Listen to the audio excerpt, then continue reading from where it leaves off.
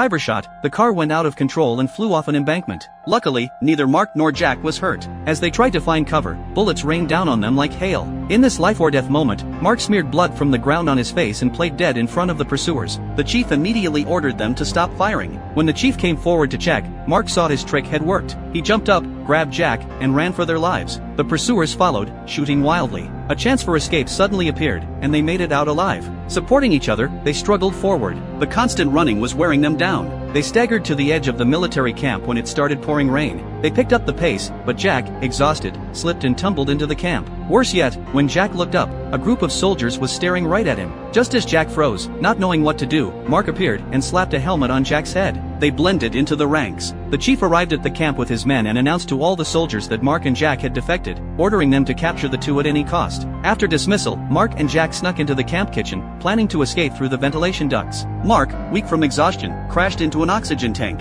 The loud noise alerted the captain outside, who ordered his men to break down the kitchen door. Just as they were about to bust through, Mark splashed gasoline on the door and threw a lit match at it. Instant explosion. The two escaped through the air ducts. They used tunnels to get past the high-voltage fence, but when Mark looked back, Jack, who'd been right behind him, was still on the other side of the fence, searching for something. The searchlights from the guard towers started sweeping for them. Mark rushed back through the tunnel to get Jack, but a bullet hit Jack. He stared helplessly as Jack's body grew cold. As the sun rose, Mark was completely drained but didn't stop. He ran into a pond and pushed through, but thick mud had built up underwater. The more he struggled, the faster he sank. Just as he was about to go under, he grabbed a dead branch on the shore. Covered head to toe in mud, Mark crawled out of the pond and forced his exhausted body to keep going. Before long, Mark finally reached the military demarcation line. A South Korean patrol was nearby. Mark got excited and started forward but stepped on a landmine. Just as he was about to call for help, a gun pressed against the back of his head. Thinking fast, Mark used the landmine under his foot to distract the chief and quickly pulled him close. The chief immediately tackled Mark,